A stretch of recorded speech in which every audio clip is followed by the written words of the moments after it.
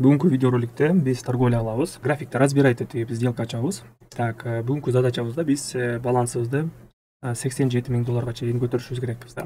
Вот. Эгерде сиздер бул каналды биринчи жолу көрүп атсаңыздар, канал катталабыз, лайктан басабыз и бул каналга күндө бизде торговля болуп турат да. Также биздин телеграмыбызда, телеграмыбыздын ссылкасы видеонун астында болот, же болбосо комментариянын башына тапсаңыздар болот достор. Платформа Pocket Option торговля кылабыз. Эгерде сиздер билбесеңиздер, ссылка также платформаныкы комментариянын астында болот да. Комментариянын башында тапсаңыздар болот, ошол жакта бүт ссылкалар коюлган. Итак, биринчи сумма сделка мен $100 ачамын.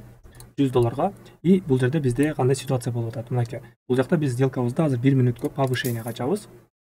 Повышениега бизде бул жерде в целом графигибиз үстүгө өсүп баратат да. Так, мынакей бизде уровень. Бул жакта бир уровень бар экен. В целом бул жакта бизде график восходящий тренд болуп аткан и азыр болсо бизде графигибиз ушул уровеньге поддержкабызга келди да, мынакей. И кичине үстүрөөктөн ачып калдык. Но возможно азыр график көтөрүлөт да. Если көтөрүлбөсө, анда биз астыраак уровеньден уже сумма сделкамды 2,5 эсе көбөйтүп дагы бир сделка ачамын да. Так, ушул жерден ача берели. Экинчи биздин перекрытиябыз да. Вот. В целом бул жерде мынакей. Бул жакта бизде бир уровень болгон.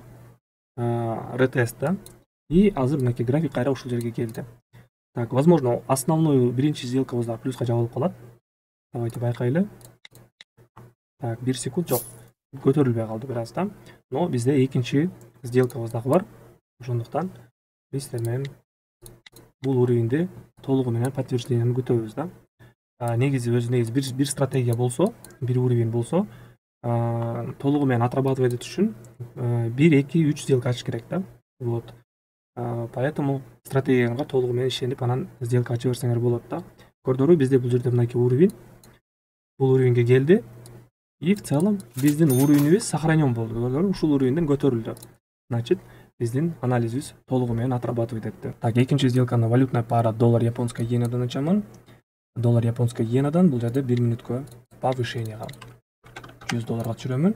И бул жакта бизде на разворот ачабыз да. То есть графигибиз бул жакта көрүп тургандай эле подъем болду. Ушул жерден башталган подъем. Мынакей. Ушул коридордон башталды и график кайра түштү да. Мынакей. Ушул жерден башталды, кайра ушул жерге түштү.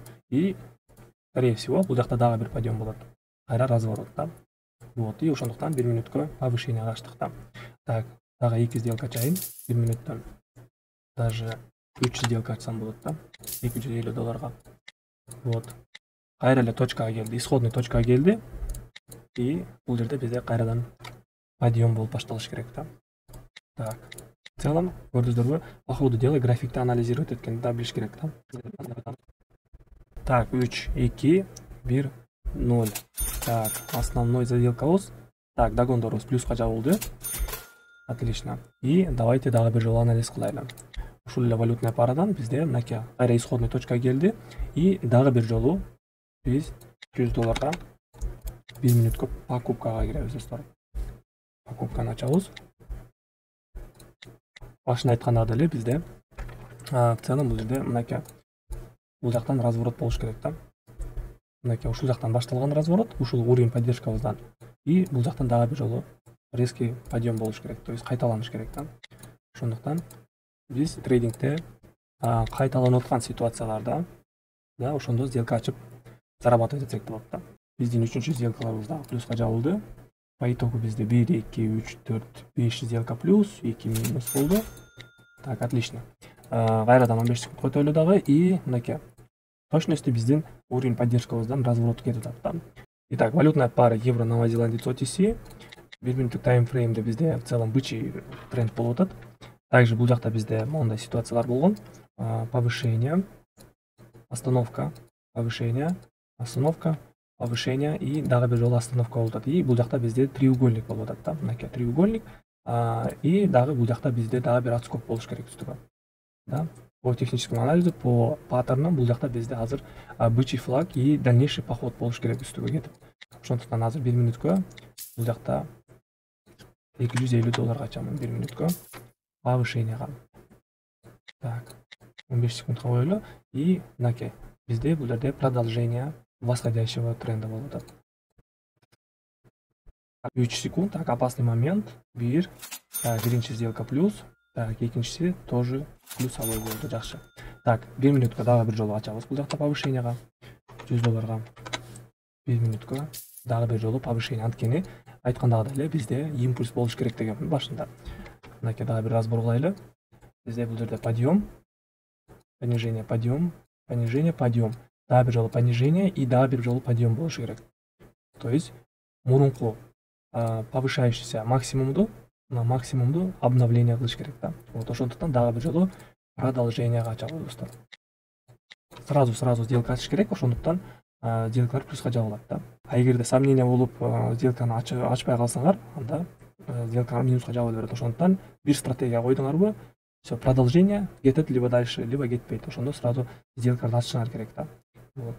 Так, акыркы 5 3 2 1 и бул сделкабыз плюска жабылды. Көрдүңүздөрбү, мен сразу сделка ачкандыктан сделка плюска жабылды. А если күтүп калсам, бул жакта график уже түшүп кетмек да. Вот, 1 минуттун ичинде биздин сделкабыз минуска жабылып калмак. Кийинки валютная пара евро доллар OTC. Так, евро доллар OTC'де бизде бул жерде кандай ситуация болуп атат? 1 минуттук таймфреймге өтөбүз. И бул жакта бизде сразу көрүнүп атат уровень. Мынакей үстүнкү уровень. Бул жакта бизде разворот кетти. Так, бул жакта дагы бир уровень бар экен. И бул жакта дагы бир уровень бар экен. Биринчи уровенибизге келип разворот болду, экинчи уровенибизге келди. Так, бул жакта биз уже сделкабызды 1 минутка азыр повышенияга ачабыз. Так, $100 1 минутка повышенияга ачабыз. Мынакей дагы бир жолу уровенибизге келди, үстүнкү уровенибизге, биринчи уровенге. И значит бул жакта бизде азыр дальше продолжение болуп кетет да. Продолжение восходящего тренда. Мынакей экинчи уровенге келди, ретест болду. Ретесттен кийин бизде дагы бир жолу повышение кетиш керек. Вот, бул уровенибизди пробитие кылып дальше максимумубузду обновление кылыш керек да. А если график азыр болбосо, андай график түшүп кетсе, анда биздин графигибиз бул уровеньден 3-чү астыңкы уровеньге өтөт. Давайте ушул уровеньди коюп коелу. Ал уровеньибиз приблизительно мынакей ушул жакта болот. Если бул азыр пробитие кылып үстүгө кетпесе, анда график айткандагыдай эле сниженияга кетет да. Так, 3 секунд, 2 1 0 жок. Бул сделкабызга секунда жетишпей калды да. Там приблизительно 5-10 секунд жетишпей калды. Так, давайте азыр биз сумма сделкабызды $250 көтөрөбүз дагы. И байкайлы. Мынакей акырындык менен үстүнкү уровенибизге дагы келип атат. Мынакей.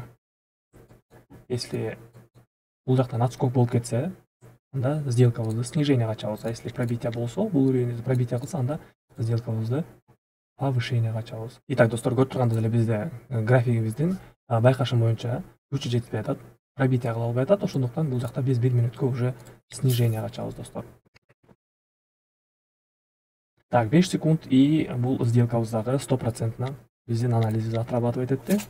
И ушул менен плюс давайте санайлы 1 2 3 4 5 6 7 8 9 сделка плюс и арасында тоже минустар бар да. Торговый сделкаларымды жана сигналдарымды Телеграмга жүктөп турамын. Ушул каналга катталабыз, достор. Друзья, всех приветствую. Лайктан басабыз. Также ссылка ушул каналыбыздын эле шапкасында болот, же болбосо комментариянын башында тапсаңыздар болот. Торговля 2 маал болуп турат, күндүзү саат 3-тө жана кечинде саат 9-да. Также бул каналда бизде күндө прямой эфир болуп турат, достор. Каналга катталабыз, лайктан басабыз, сурооңуздар болсо комментарий жазып коюңуздар. Баарыңыздарга ассалам алейкум, кийинки видеодо көрүшөбүз.